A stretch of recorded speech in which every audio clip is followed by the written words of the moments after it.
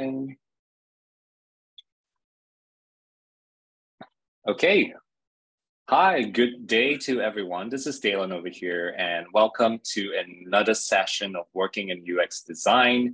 I'll be your host for this session, and today we have a very special guest. His name is Faidzal, and he works currently at Line, which is one of the most popular apps for interpersonal communication in Korea and in Thailand, right? Am I correct on that, Faidzal? Yes. Essentially, Southeast Asia, we have Japan, and many more. Yeah. Awesome. So just to introduce a little bit more about our guests today, Faidzal actually has over 13 years of experience spanning working in digital agencies, e-commerce, as well as telecommunications, including working for Digi in Malaysia, where he is actually from. And Faidzal is a strong advocate of a research-first approach. He emphasizes the importance of making data-driven decisions and continuous design experimentation. So he's currently the UX design lead for the global commerce section and product for Line in Bangkok and Thailand. And he's actually joining us today from Bangkok in Thailand. And today we're actually going to learn a little bit more about his experience working overseas as a UX designer. So he's originally from Malaysia, and he has worked previously in Indonesia, and today he is working in Thailand. So that's something we're going to discuss in great detail. At the same time, we're also going to discuss on the session topic itself, which is thinking deeper about user experience and its subconscious impact. So Faidzal will be sharing some of his past work and how impact is actually measured. We're going to talk a little bit more about how he pushes his design or his team in terms of achieving more impact in the work that they do. And last of all, we're going to talk a little bit more about how can us as UXers get good jobs overseas, as well as negotiate our salaries overseas, because he is actually someone who has done it a couple of times. So we're really glad to have you today, Faidzal. How are you today? Thanks for that introduction. Yeah, I'm really good. First and foremost, I hope everyone's in a good health and having a lovely day. Thank you for having me. Awesome. So what attracted you to first, leave your family, leave your job, and just kind of relocate your entire life to move to Indonesia? And you were given the opportunity to work for Indonesia telco called Smartfren at that point in time. What was it about the opportunity that attracted you? Yeah, I think the pushing motivator for me at a time, or sort of what triggered me, was I was sold the vision and the big plan of the company where they wanted to venture into super app or building a super app. And, we have a very strong population in Indonesia. I think probably at the moment around 250 million, right? That was also a factor for me because at a point of time, that was in 2019, right? About 4-5 years ago, that I wanted to flirt with the data more. But if I were to sort of give a bit more context on what got my interest to work abroad in general, I think I'm going to start with I am introvert at best. And I'm struggling very much with the imposter syndrome, right? In fact, me doing this is a challenge in a way, because I always question my competencies with other people, right? And as cliches might sound, I really want to push myself out of what people call the comfort zone, right? Because then when you're in more foreign environment, and then you, in a way, unconsciously force yourself to adapt, right? And the second, I think, was for me to find a greater purpose, looking at life and career in general. I think zooming into purpose for me helped me to sort of craft a better career path for myself. and what I sort of advocates of, or at least passionate about, is building a product that ultimately has a positive impact in people's daily life, right? And hence, fast forward today, I'm at Line, where looking at Lines, where it's a cornerstone of every other products and services that we have. Yeah, Faisal, thank you for sharing that. It sounds like you're someone who enjoys actually stretching yourself and challenging yourself to achieve a lot more. And I believe that you are not the only person who actually has a imposter syndrome. And I think at some point in time, any one of us here might also have this imposter syndrome. At least I can say for myself, when I first started lecturing and teaching UX design, I had a little bit of imposter syndrome as well. So what was the experience like working in Indonesia? I know the language is pretty similar. You're already familiar with Bahasa Melayu, which is spoken in your native country. Did you have difficulty picking up Bahasa Indonesia? Yeah, that's a very good observation. That's true. Bahasa Indonesia and Bahasa Melayu or Malaysia is very, they have a lot of commons in terms of their vocabularies. So it wasn't really I would say, tough for me to fit in because of that shared vocab in a way. And even the so-called the default language, whenever I go for a meeting, that will be in Indonesia. But in terms of the discussion, or in a smaller group, we'll sort of use English, right? I think there's, maybe I could break it into three parts just to form a context in my experience in Indonesia. I think looking at the awareness from the design perspective, right, with the rise tech giants or unicorns, what we call it, right? They have Gojek, Tokopedia, Traveloka, just to name a few. There's really a growing emphasis UX in Indonesia, and these companies sort of serve as a really good example and inspiration for smaller businesses and startups, right? And the parts of, I guess, the education and training, right? The demands actually for UX professional in Indonesia growing tremendously, right? More institution, more training centers incorporating the UX into their curriculums. And you might find it's a norm in Indonesia generally that, for example, Tokopedia, they would have their own social media of Tokopedia design. And as a matter of fact, they've been very active in, I think they have their own programs called Tokopedia Product Design Academy, right? And even a community perspective is, in a vibrant city, as in Jakarta, it's growing as well, right? There's a lot of people, well, at least Indonesian designers, that doing mentorship out there, right? Budi Tanrim, he led Bukalapak. Prior to that, he was with Shopify. I think he is sort of advocates for a good design. And the other persons that I know personally, which is Faris Farhan, also a strong player in design scene in Indonesia. So yeah, that's sort of general view of my experience in Indonesia. Yeah. So thank you for sharing that much context on the Indonesia design scene. And I'm actually very curious myself because I know there's a lot going on. And I know that Gojek is actually also trying to build a world-class product over there. Together, there's Tokopedia and all these other guys who are also trying to get listed in the US. So I think in terms of scale, they're building something that is actually not just for Indonesians, but trying to launch it globally as well. And can you share a little bit more about, like challenges working in Indonesia and how did you overcome it? How did you adapt to it? I'm sure the cultures are a little bit different between Indonesia or Malaysia, right?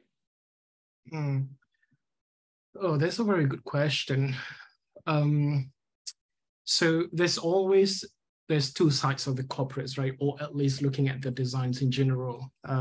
Although they do have these big unicorns, Tokopedia, Gojek, and a few others, but at the same time, there's also a company that still going the digital transformations, right?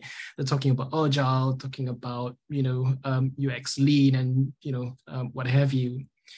There's one bit that I find it quite a challenge was to do the research. So it depends on where the segment that you are in. Let's say if you're more into a corporate, then you sort of need to get your buy-in from the stakeholders that, hey, let's do research, let's try to understand more about this segment of users and vice versa, right? And with that being said, then setting up the practice of research also is quite a challenge, at least from my experience back in Jakarta. And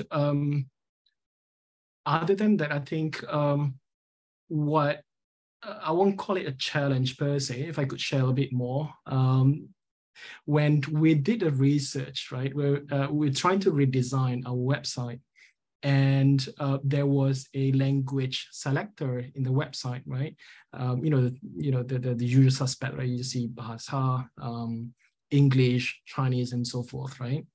And what we found was in the language selector, Indonesian actually, they would very much prefer to see the word Indonesia.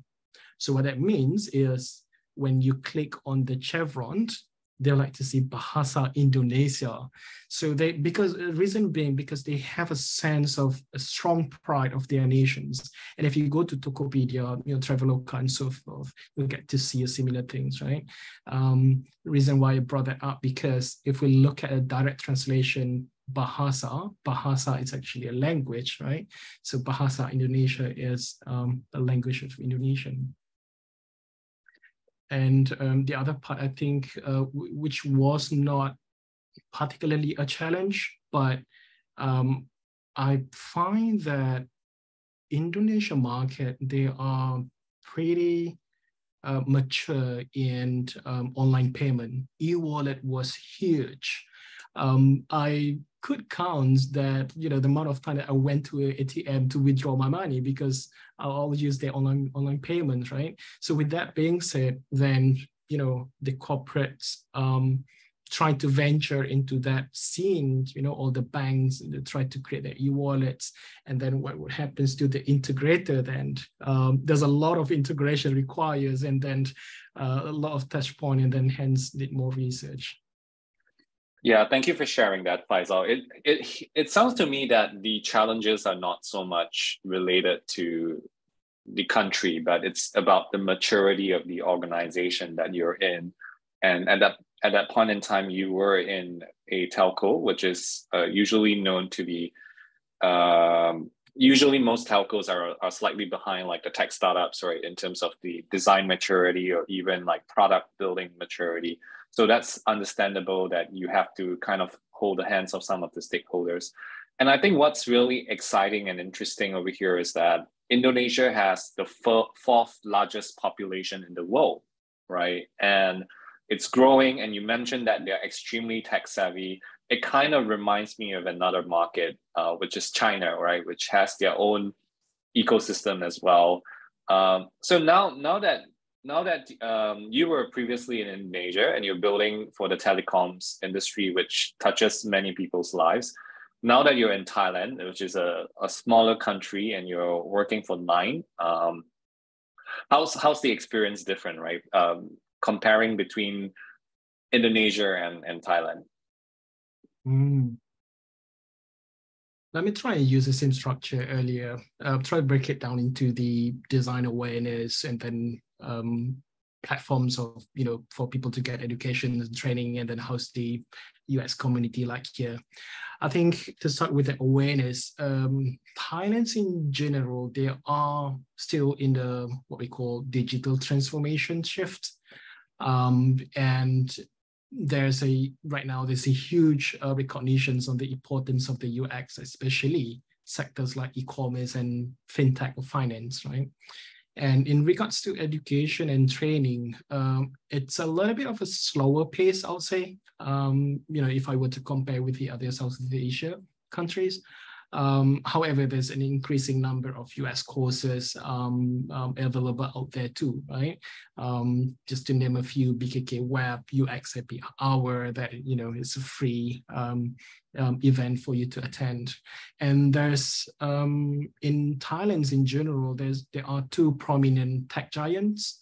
One is Line, and second is Agoda. So Agoda is actually just based opposite of our office. So there's, if I sort of were to summarize into the strength of Thailand, or at least where the designer mindset is, Thailand generally emphasizes a lot on data, like a lot on data. They sort of leverage that data to then try to understand and then leverage that data. How can they improve their design, right? Whereas for Indonesia, it's research heavy, right? Again, I'm generalized there. Yeah, thank you for sharing. And is there anything interesting that you've discovered while working in Thailand so far? Because I know Line has I mean, we wouldn't get into personal data and the insights of the Line app itself, but like what fascinates you about the Thai market, like, and what's keeping you there at the moment? Ooh, very good question. Okay. Let me start by saying that from my observation, Bangkok specifically, or Thailand in general, they embrace the idea of open culture, right? And it's a vibrant city. And now it's getting late now, and it's a nightlife in Bangkok. It's just another level, right? There's one thing that I've noticed though. So in terms of how they incorporate user behavior or Thai's behavior into digital channels. So because of its vibrant, most of the interaction actually happened using stickers, emojis, right? Whenever they chat, for example, let's say if I say thank you, and then they will reply with you're welcome in a stickers and an emoji, right? It's such sort of compliment to their culture in general too. The other thing that I've noticed, particularly on Thai behavior, let's say if I were to order food from Line, we have here Line Man in comparison to our competitors Grab. When you order, almost most of the time, they will respond that, hey, I've got your order. And almost every single interaction that they will update you, right? The other interesting fact that I've observed is they have a deep empathy for their culture. For example, like banks here, they actually open from 11 a.m. and then they close at 8 p.m. So why is that? Where's that empathy elements come from is usually Thai people, they are very busy in the morning and afternoon. And then, if from my country, like Malaysia, right, we open at 9 and then close at 4 or 5, right? And then by the time we're trying to, go to the banks, and then it's already closed, right? So I think that's a really nice touch in terms of being empathetic towards their people, and also try to really inject their culture into digital channels. Yeah, it sounds like a very friendly culture, and it's very known for from a tourism perspective. It's one of the most hospitable cultures in the world, which is why people enjoy visiting Thailand in islands such as Phuket, for example, or even Chiang Mai. Lots of digital nomads love going there. Mm-hmm. And as you were speaking about this, I kind of noticed something. The company you work for, which is Line, is actually from Korea. And I noticed there seems to be quite a number of Chinese companies or Korean companies expanding their presence in Southeast Asia, right? Like in Singapore, for example, we have ByteDance and we have a few other Chinese companies, and then in Korea we there's also Line over here in Singapore, although it's not as popular as it is in Thailand. And I'm kind of relating it back to the past where there was like physical goods and they were actually sort of being exported to countries in Southeast Asia, like your Samsung, your LG, and all these other brands. I'm kind of curious from your perspective, coming from Malaysia, working in Thailand, working in Indonesia. How do you see the future of, products that are built from the ground up from Southeast Asia? Yeah, what are your thoughts? Ooh, that's a big question. Yes.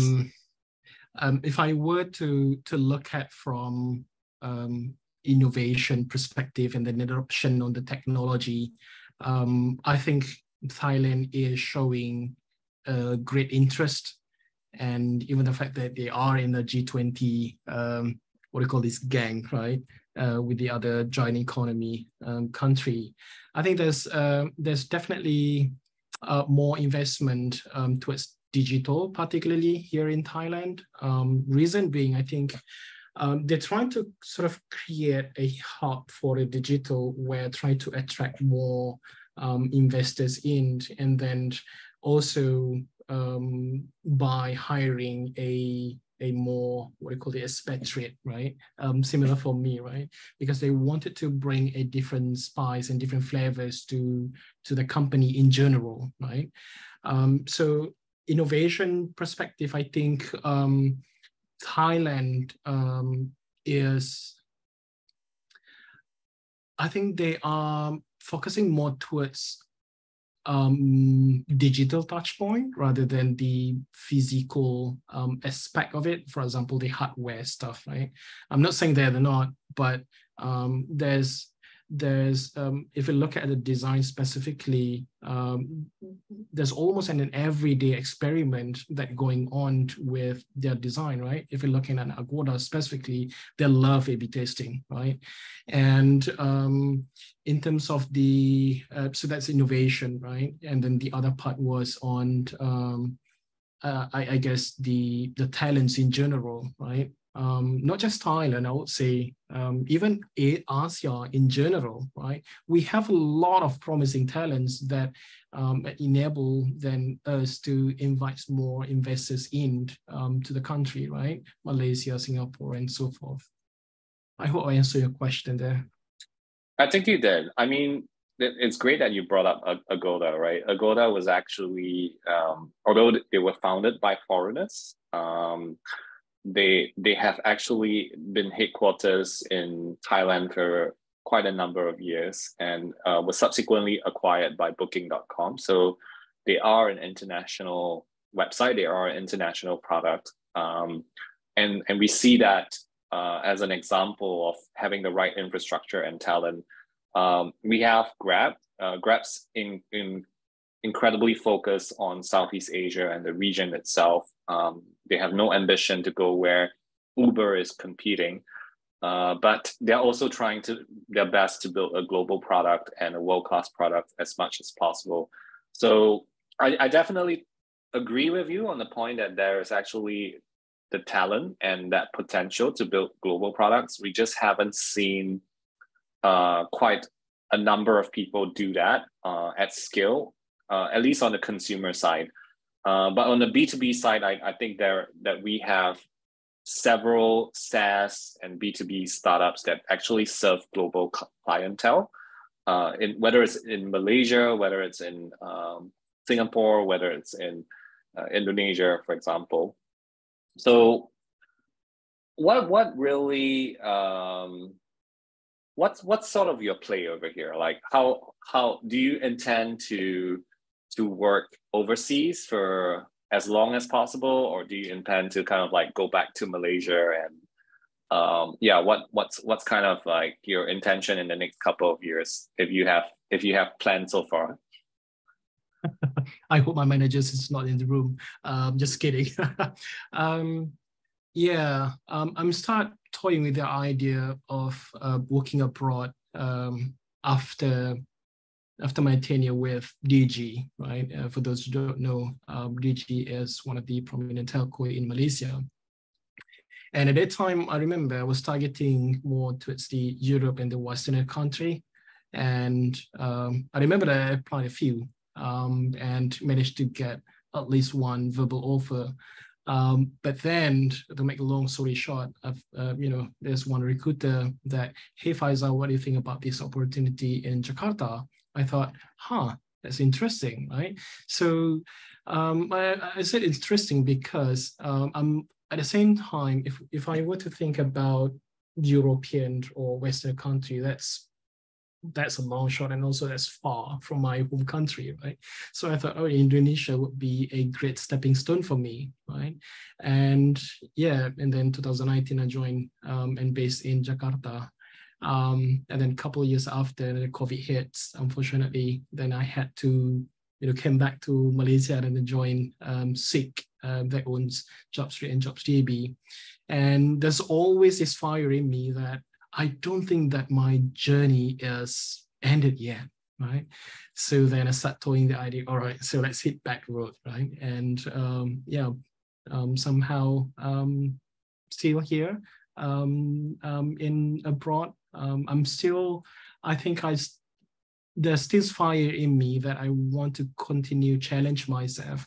And, we talked earlier about imposter syndrome and that the introvert in me, right? And just want to see how far that I can go, and to certain extent to prove, people who have doubts about design as a career in general, right? That design cannot make a sustainable life in general, or kind of make a good money. There's no higher prospect and what have you. Yeah, and I'm fully with you over there because I also went to design school, and I know at that point in time when I signed up for design school, everyone was like looking at me like, Dylan, there's no future in design. So like, I don't know why you're doing that. Like, why don't you sign up and be an engineer? I was like, no way. But I totally get it. And I also see that it's very promising to see that a lot of companies are coming over or are being set up or are unicorns, right? And they're hiring aggressively locally, and they're building like global products. They're putting their product building functions in Southeast Asia, which is actually really, really exciting because that's where the population growth is going to be. That's where a lot of the consumers and customers are actually going to become middle class in the next couple of years. We're going to see like a lot of people rise in terms of prosperity from a GDP basis. So it's really, really exciting to see what's going to happen. And I know this is like a new frontier for you as well as for many of our listeners as well, and which is why it's nice to hear from the ground like what you are seeing, what you are experiencing. Do you have any advice for anyone who is looking to work in Southeast Asia, right? And maybe is offered an opportunity to come to Southeast Asia to work in Southeast Asia? What are your tips? What are your advice as a foreigner trying to work in another culture? Let me share the tough part first. I think the tough part in working abroad generally is sometimes it can be emotionally exhausting every single day, right? The moment you move, you're basically living a double life, right? You basically technically put your life on pause in your hometown, right? Or your home country. But obviously you feel blessed with the life that you have, but you also have this sense of homesick, right? But in regards to your question, I think there's one competency actually that I was struggling a couple of years back, which is the ability to storytell, right? And in order for you to push yourself to being able to tell a story from, let's say, from your design, right, which is very important, is to push out the boundaries, right, and look at what's possible out there. And by me pushing myself working abroad, unconsciously I'm pushing myself to be able to craft a better story for my profile and also apply those in my work streams, right? And in regards to advice to those who wants to work abroad, there's a lot of aspect that you need to look out for, right? I think, for example, this probably will sound a bit bad, but it's important to prioritize financial over everything else, right? Study and do the benchmarking study about what's the potential salary will look like, right? On top of that, you need to consider the tax deduction too, right? And for me, living Malaysia, where in Malaysia, I do have the EPF, it's what we call Employer Provident Fund. But now me working in Thailand, and then the percentage of that is different, right? You also need to think about the working visa arrangement, right? Are you being sponsored, or do you need to fork out the money for yourself to apply those visas? Healthcare is another thing, right? The other big ones, I think, is the role aspect, right? Either it's contract or permanent employment terms, right? And for me, I would always advocate for, if you want to work abroad, find this permanent role, right? I think it's sort of, you put a lot of risk in your decision, right? Of course, there's another thing, maybe we can talk about it later, accommodation, general expenses, and all those things, right? So this is sort of like a general steps. Other than that, it will be, I would understand if you right now wonder, will I make a right decision to move abroad, right? And I question myself many times, and I've bounced the idea with my wife many times too before. All right, let's go to Jakarta, right? So have that conversation with your family members, and then at the end, go in and have fun, right? I think that's the most important thing. Yeah. Thank you for the reminders to actually take care of your own logistics and finances before you do move abroad. And talking about that, you were given offers in both Indonesia and Thailand. How did you end up getting these gigs? Did someone come to you? Did you apply for them? What was the process for you to land a role overseas? I'm glad that you asked that question because I feel like a deja vu. I think it was last week I had a chat with my mentees, and she asked me about, Faidzal, can you tell me a secret how to get the opportunities or the offer to work abroad, right? And my answer was fairly similar with everyone else's. I go to LinkedIn. I browse the career website, the traditional way, right? But in regards to Indonesia, actually I was reached out from a recruiter that was from Singapore, and then give me a call, and then I remember we interviews and negotiations and what have you, that took me about, I think it was 3 months or less. In regards for me here at Line, I send out the application via their direct website, and then I've only got a response a month later. So what I'm trying to say here is there's no secret, at least from my experience. Yes, to a certain extent, that networking might help, know people here and there. But for me, I go the traditional way. And prior, when we talk this offline, prior that I've got the offer from Line, I've actually got the offer at Singapore. But then, I see the sort of missions at Line resonates me a little bit more. So hence. Yeah. And well, fun fact is that Bangkok has some of the most number of Michelin star restaurants. Not that I'm suggesting that you're eating there every day, but I mean you chose good food as well, right? Like yeah, Bangkok has a lot of good food, fresh ingredients. So I don't blame you for choosing Bangkok over Singapore. Yeah, and I think tell us a little bit more, right, about salaries as well, because if you chose Singapore, maybe the salary is a little bit different, the tax will be a little bit different. So and Thailand has a different tax structure, has probably a different salary as well. So how do you make sure you negotiate and got the best offer that you can possibly get? How did you know? Like what tips do you have to offer to our listeners over here?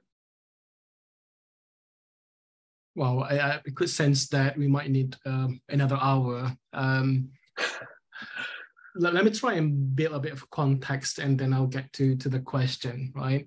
And actually, let me pull out some data to share with everyone. I will make sure that I share the right data. So one of the tips is to understand your market value, right? So there's a lot of channels out there. For example, there's this self-reported platform called DesignPay.asia, which is actually co-founded by Jonathan, the Singaporean. Hayes is, the recruiters. There's another Cox agency, which is they are quite advocates, or at least advocating in Southeast Asia salary benchmarking.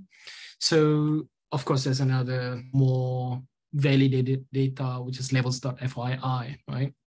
So anyway, so based on data from DesignPay.asia, actually almost 40% of the respondents did not negotiate their salary, while 61% do not agree that they compensated fairly, right? And 33% also unsure about their awareness on the market rate for their salary, right? For their level, right? So here I have in handy the salary benchmark, just to save everyone's time. Let me try and break it into 4 countries, right? Singapore, Malaysia, Indonesia, and Thailand, and then I'll break it into median and high salary, right? Let's start with Singapore. So the median salary for Singapore for the UX design is 84,000 Singapore dollars. That's annually, right? That's equivalent about $5,100 US, or if we have Malaysian folks in the call, that's 24-ish thousand, right? And on the high side, around 20,000 monthly. That's equivalent to 15,000 US dollars or 70,000 ringgit, right? So that's Singapore. For Malaysia, the median is about 7,000 ringgit or 1,500 US dollars. And on the high side, it could be about 30 to 40,000 ringgit per month, or 6,300 US dollars. Right? For Indonesia, the median is about 12.5 million rupiah. That's monthly and equivalent to 800 US dollars. The high is about 115 million. That's about 7,400 US dollars. And for Thailand, the median is about 85,000 monthly, or equivalent to 2,400 US dollars. And for high is about 210 million, or equivalent to 5,800. So that's sort of the benchmarking that was done by, I tried to assemble from different sources. You might want to check out themselves out there. So with that context, right? now I think we try to dive in a little bit about how do we Yeah. negotiate in a way, isn't it? Yeah. So yeah, while you're thinking about that, I just want to summarize a few things for our listeners. Median is usually the most commonly reported figure. So it's not an average of the numbers, right? So it's not the mean, but rather median is in statistics is actually the most commonly reported number that is highest occurring. So based on what Faidzal was actually saying, he's saying Singapore has the highest of all the four countries, but it also means that Malaysia's figures are actually about 1/3 of Singapore. And it sounds like in Thailand and in Indonesia, it's quite competitive to Singapore's figures as well. They're not too far behind. But we also have to bear in mind that such reports are usually filled out by people who may be expats, right? So they might be drawing slightly more salary than the local population itself. So the focus of this design pay is still very much on the Singapore and the Malaysia market. Just to give additional context. But yeah, like tell us how can we get more money out of our salary negotiation? Okay. All right. I think first and foremost, let me invite everyone in the audience or to the listener, right? To change your perspective on how you view your career in general, right? I want you to start think your career as a business. When your mindset about owning and running or building a business, you definitely want to maximize your number, right? Your financial, and in business, of course, you want to make sure that your cash flow, revenue, profit, remained increasing over the time, right? So you don't want to stay stagnant and very little to no profit, right? So let me start by saying that to understand a typical components in the compensation, right? So one is a base salary or a monthly salary for, let's say if we have an audience from the Western or European, I think they negotiate in annual basis. Second is allowances. The third is bonus. Fourth is sign-on bonus. And fifth, if you want to work abroad, you can actually negotiate for relocation package, right? Either that's include utilities, accommodation. And number six, I think is, which is not much popular in Southeast Asia, which is equity-based or RSAUs. I think it stands for restricted stock units, right? But it's more common on the Western and European. So how do you, before you dive into how to negotiate, right? I think for me, you need to understand your value narrative, right? First, you need to know which skill sets of yours that you want to flaunt deeper when you go into that interviews, right? Try to really understand what the problem that the company trying to solve by hiring you. Let's say throughout that interview, they mentioned about, oh, we have a little bit of gap in research. Then once you understand that is the gap, so that's where you inject your value narrative, right? And the second is understand your personas, right? To those who are designers, I think it's not it's a normal for us to understand, the double diamond, and the first part of double diamond is about discovery, understand your users, right? Similar to, when you approach and negotiating your salary too, right? Understand your personas. And here's news flash.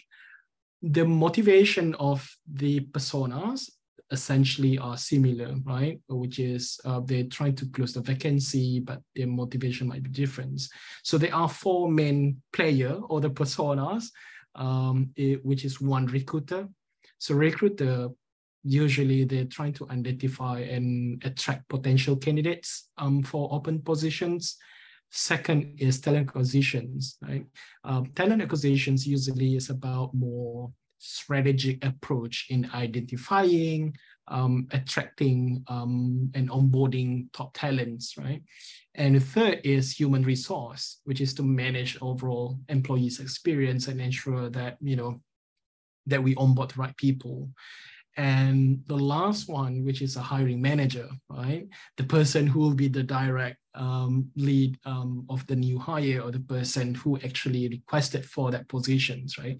So once you understand the personas, then you understand their needs, you understand their motivation, then it'll be much easier for you to craft your angle on, all right, which of the value narrative that I could inject to my hiring manager, which of the my value that I could illustrate better to talent acquisition so that they can empathize with me a bit more, right?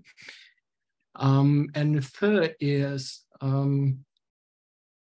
understand your market value. I think we covered that earlier. I think that's important.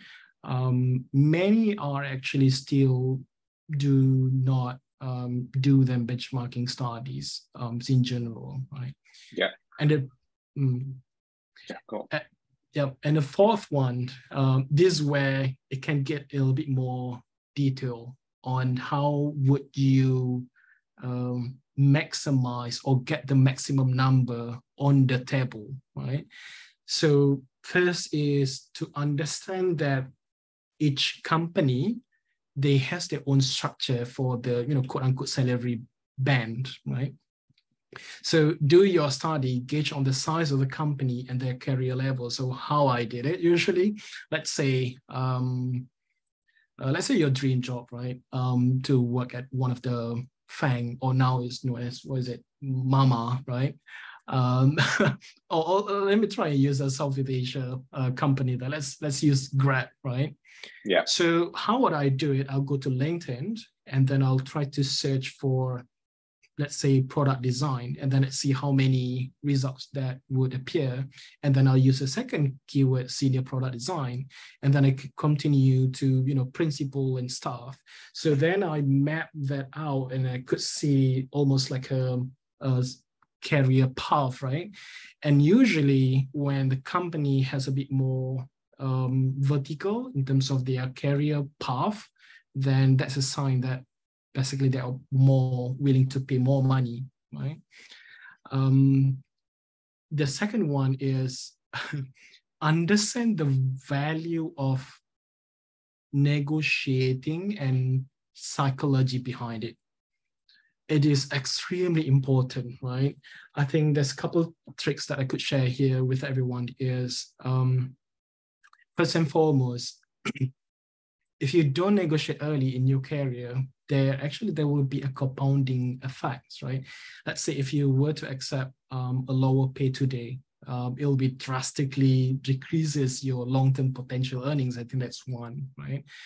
And second is when you don't negotiate, then you lose a potential earnings by not negotiating. I think that's sort of straightforward, right?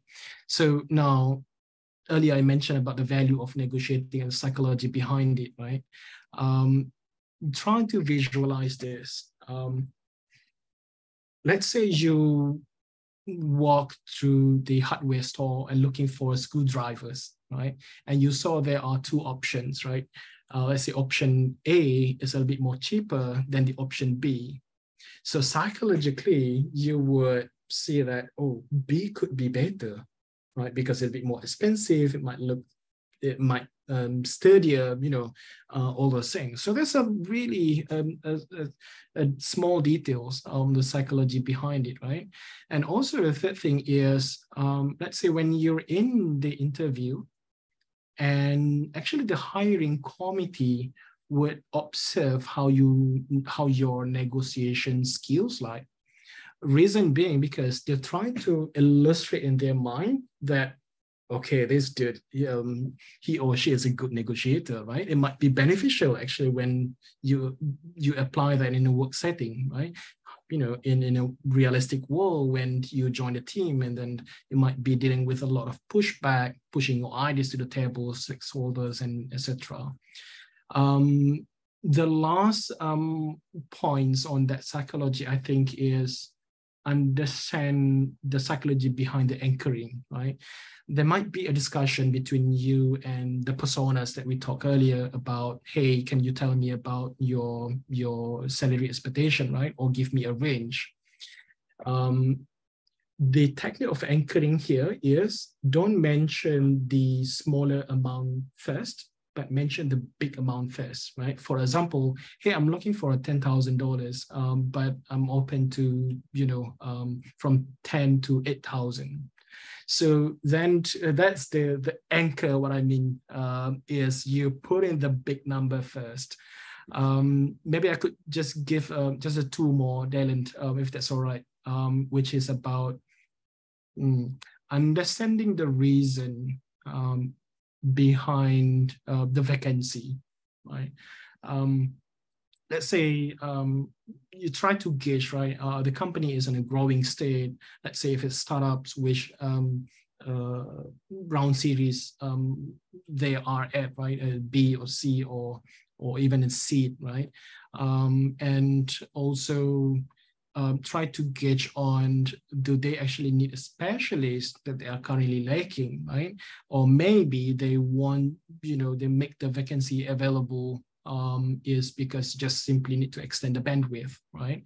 Understanding the reason behind the vacancy is extremely important because later you can leverage those understanding to negotiate salary. Maybe we can talk a bit more deeper about that. There are so many good tips, Faisal. I didn't know you were like an expert in this, but but I'll say that I run career programs, right, for UXs, and we actually invite recruiters and and HR people to come and teach our students how to negotiate. And I think the amount of advice you give is no less than what they're sharing with my students. And you went even deeper. And there was something I picked up that was really, really interesting, other than benchmarking with, like, say, DesignPay.Asia, and the fact that you do negotiate, because if you don't negotiate, you're leaving money on the table. You said something about value narrative. Can if I were to ask you, what's your value narrative? Like, can you give me an example of that? Like, I suppose you'll be very familiar with your own value narrative. So can you share with us what does that look like, or what does that sound like? Yeah. That's a very good question. Actually, I've got that question a lot from my mentees. So there's a realistic no, let me rephrase that. In a real world situation, right, when you go for interview, usually your personas, right? Let's take an example, hiring managers, right? They don't ask, okay, so what is your strength? What is your value, right? So the typical practice is where during the conversation, they try to analyze your competencies, right? And without you realizing that, actually jotting down, or at least from me, right? I jot down, oh, this guy's good in A, B, C, and D. So to answer your question, I actually don't have my, how would say, like a list of my value narrative. I think that would happen during the interview in itself. But for me, again, it's how would I sort of develop my value narrative is actually asking a good question during the interview, right?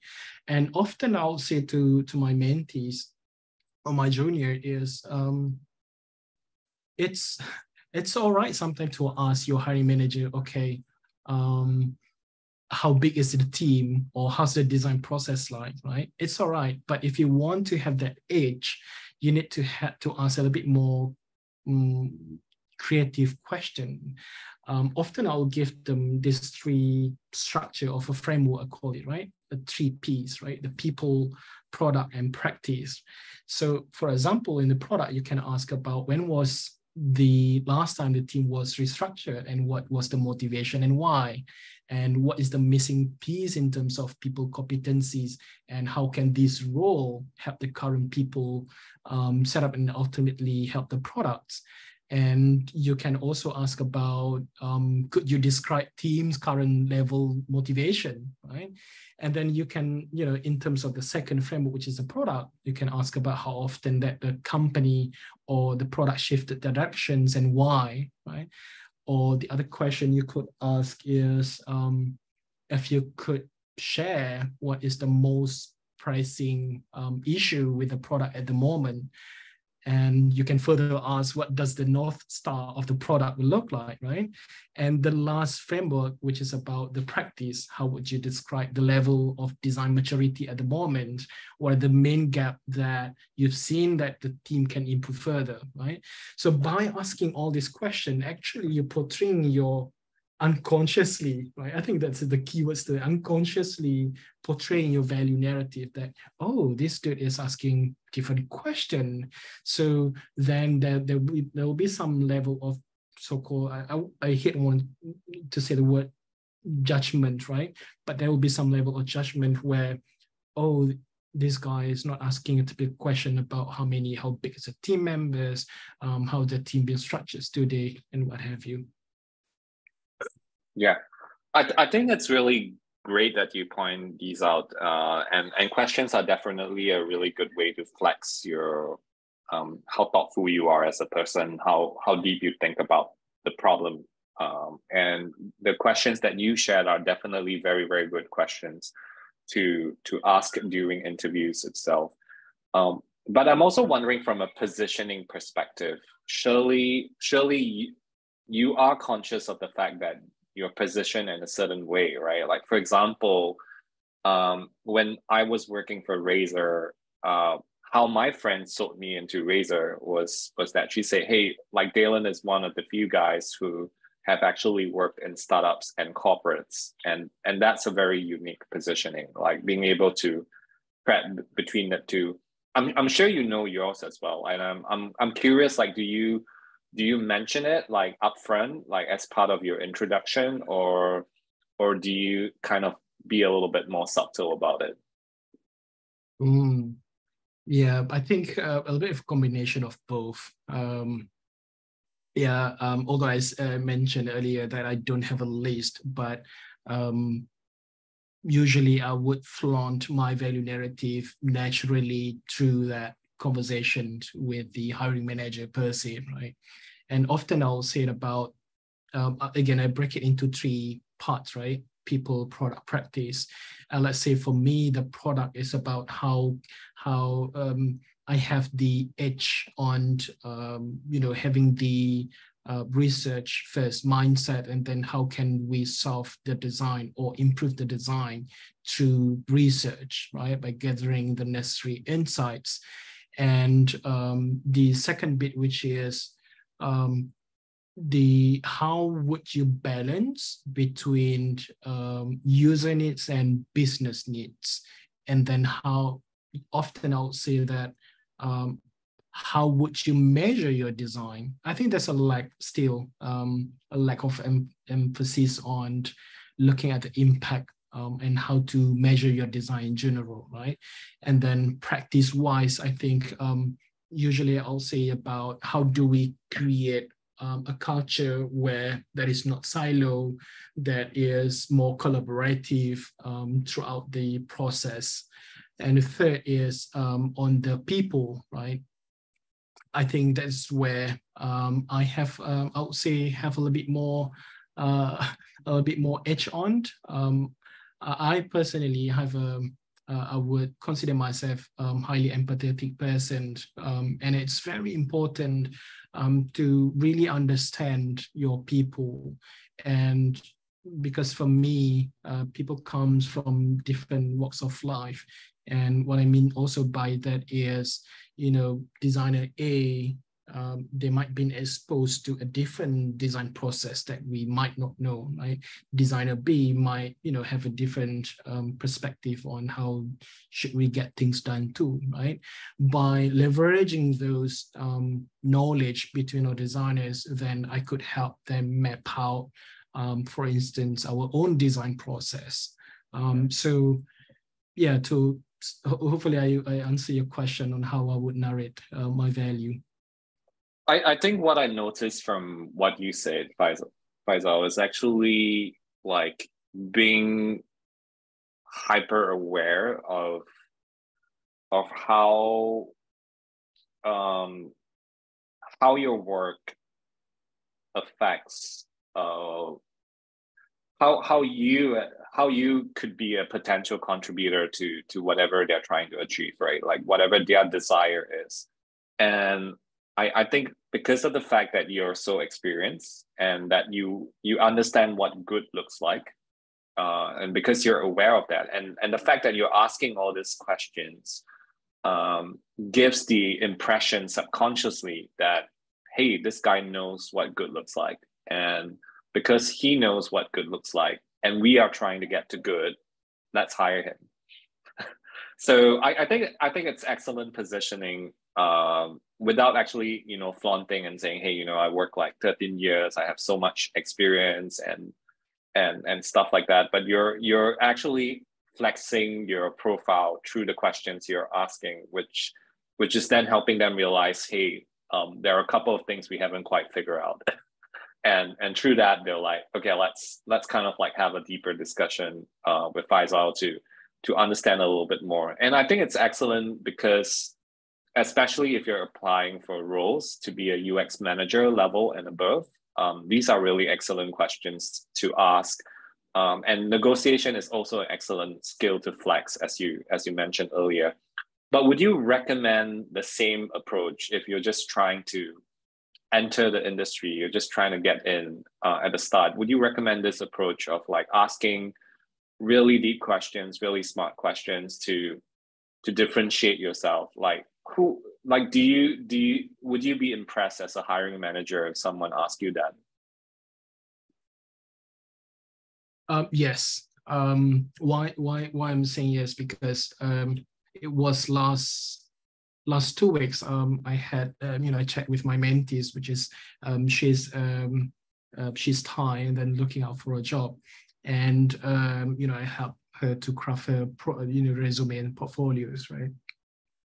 So during that conversation, she asked me a question that I thought, so let me give you the context, right? That she is a what do you call this? A fresh designer, has less than 1 year experience, right? But she asked me about how do we measure the design, and then she asked me about how do we find a balance between user needs and business needs, all those things. And then it got me thinking, oh shit, if I were to look back, if I were in her shoes a couple of years back, I don't think I would ask that questions, because I thought I would care too much on question about user flow, question about how big is the design team and what have you, right? There's there's one true story that when I was at Seek, we trying to hire a product designer, and in the process, I was told by my manager that, hey, dude, there's this one guy, we put him in KIV. Would you like to have a look? And I said, sure. And then look at the profile, and then parallel to that, still continuing for the talent, searching for the talent. To make the long story short, actually that dude approached me on LinkedIn that, hey, starting to introduce himself. And then it sparked my interest about him. And I remember he voluntarily,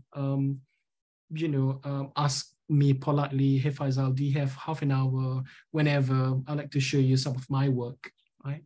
And again, to make the long story short, we sort of arrange a not offline, like I would say offline interview, very casual one, and then he walked me through.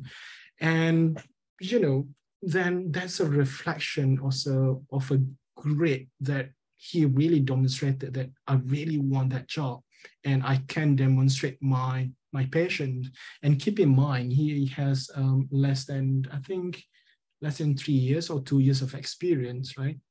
But the levels of passion and again the grit that he displayed, it sort of wowed me.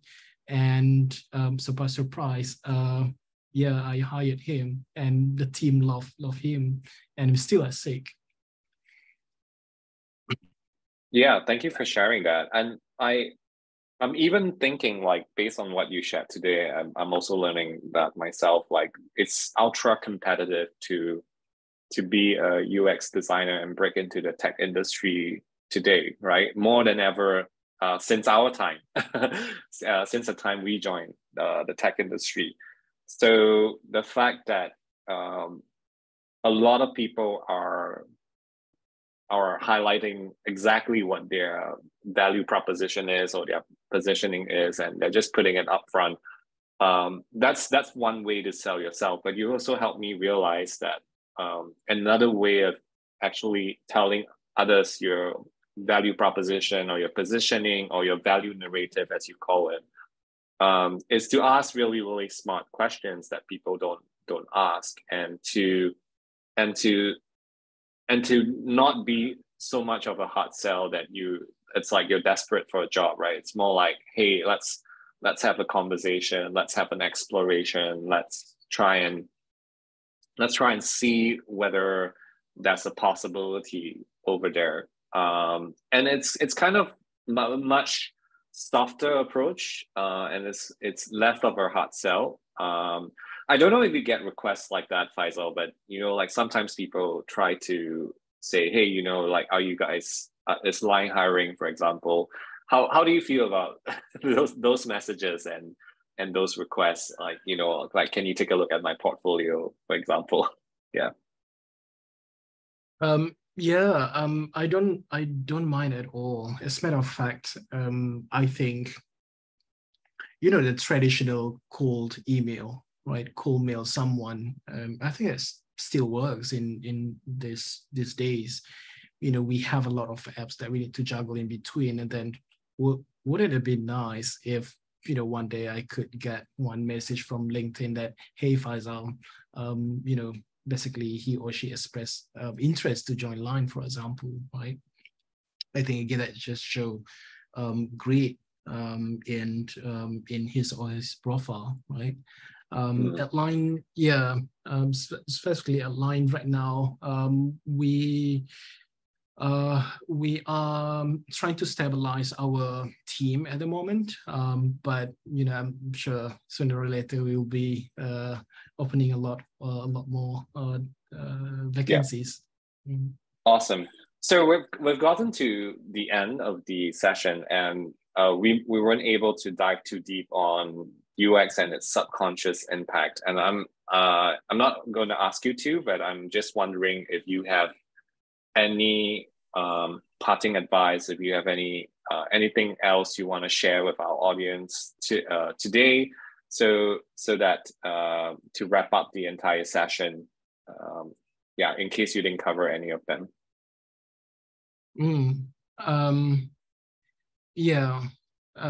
Let me try quickly address on the second topic, I think it was, right? To think deeper about user experience and its subconscious impact, right? So if there's a formula, I think, how do you create a delightful experience for your users is about how do you think big plus think deep plus subconscious impact equivalent to delight, right? So let me quickly touch on what does the think big means, right? Think big means you adopting a holistic approach to design. It's not just about how the products look like or the actions that user might take. It's about understanding and shaping deeper psychological journey that user undergoes while interacting with your products, right? And if you go into the second, which is a think deeper, again, it's there's more to the UX than just a surface level interactions on the design elements, right? The most important is involve emotions and feelings, right? And the third, which is a subconscious impact, I probably won't go through all the elements. I think there's 4 main elements that you can keep in mind, which is one is emotions and feeling. Second is the memory. What do users remember about the experience? Third, on behavioral changes. And fourth, with cognitive load, right? Overly complex design can overwhelm users. So if you look at that formula, think big plus think deep and then plus subconscious impact, eventually you could delight your users. And if I could just share a very short story on what I mean by that subconscious impact. For example, Netflix, right? I'm a big fan of the American TV show Friends, right? So back in 2015, I think it was, right? The way, if you binge watch TV show Friends, where let's say if you're watching through your laptop or PC, then during the intro, you would click or tap on the arrow next, right? Because you want to jump the intros, right? And Netflix actually noticed that. And what they did later, they brainstormed about, hey, what can we do about this behavior from our users, right? And to make a long story short, then hence the birth of, I think it's called skip intro now, right? So what are these key takeaway, right? Designing experience is not just about the best user flow that you could ever create it, or how many screens that you're able to remove, right? But by going big and deep and do the empathy mapping, where you can mark down what user feel, user think, user act, and then you sort of map that on user journey, and then that's where you could catch those smaller details, such as the story behind Netflix. Skip intro button. Yeah, thank you for sharing that, Faidzal. And I'm sure you approach job hunting, and just to round up our discussion, job hunting and the experience of actually presenting yourself as a candidate to the hiring manager, to the recruiter, or to anyone you interact with the very same way, right? Not just thinking about the content you're sharing, but also what is the impression, and what is the memory, and what is the emotion you want that person to leave with. And that's also how you differentiate yourself as a candidate aside from other people. Do you have any final tips or any additional things you want to cover on that hand when it comes to getting a job overseas, or when it comes to getting a job or breaking into the industry? Ooh. Okay. If there isn't, it's fine, because we've covered quite a lot today as well. Okay. I was about to say that I think there's a lot of candidates out there, or designers in general, still struggling on, or at least often, I've got a question, Faidzal, I've often had a question about from the recruiters to, they ask me about my current salary, right, or my current pay slip, right, and or what is your expected salary, and how should I respond to that, right? Maybe, we might need another hour just to talk about that, and I could share scripts and what have you. But the general tips that I would say is when it comes to salary, is first to deflect, right? Before discussing salary, what you can say is, I like to get a better understanding on the opportunities and growth opportunities for this position. Can you tell me more about that? And the second is, you can express your flexibility, right? I'm flexible when it comes to compensation, more interested in finding positions that finding good fits. And third, you can also say that you sort of indicate that you're in early stage in your salary research, and it's okay to do that, right? And maybe to sort of wrap up the salary topic, I think I could share just a quick common mistake. I think that would be helpful for everyone is don't just pull out a random number out of nowhere. I think that's first. Second is, which is I admit I did in the past, being too detailed on the number, right? Hey, I'm looking for $9,987, right? They just create more headache for the finance people and what have you, right? And the third is not understanding on all available components in negotiation that we covered earlier, right? There's base salary, there's relocations or what have you. And last two is too quick to settle when it comes to salary negotiation, right? Hey, Faisal, this is an offer for you. And they will say, oh, okay, right? So last bit, I would say, don't do the knee-jerk reaction when reacting to the lower offer, right? Don't. I have this one. What do you call this? I couldn't find the words for it, right? But often I'll hear from people that say, "Oh, Faisal, I need more money because I need to pay the rent, the gas, food."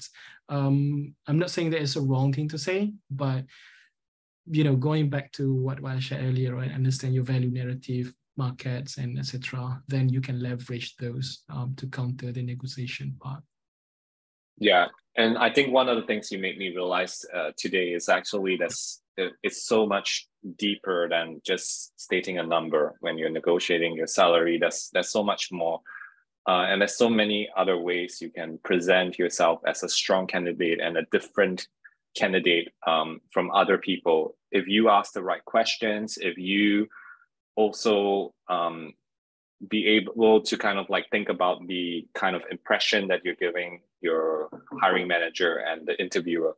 So thank you so much for what you shared tonight. And I see that you're also a mentor on ADP list. Are you still available to and open to mentoring more people? Oh yeah, absolutely. Feel free head down to my profile and then yeah, it'll be interesting to have a chat with you guys. And I could actually share what are the counter and how's this script look like if you're looking to negotiate a salary. Yeah, and today I realized that Faidzal is actually a master negotiator. That's as good as any recruiter that we work with. So yeah, I'll definitely encourage you to share more about that on your own LinkedIn profile, and you can follow Faidzal on LinkedIn. You just have to search his name, Ikram, Faidzal on LinkedIn, and you'll be able to add him. So thank you so much, Faidzal, for coming to our session today, and wish you all the best in your work at Line. And thank you so much for sharing your wisdom with our audience. Oh, thank you again for having me as well. It's lovely to chat with you and then to share bits here and there with everyone. Thank you and sawadee ka. All right, everyone, have a good day ahead, and I wish you very, very well, and see you next month in our next session for working in UX design.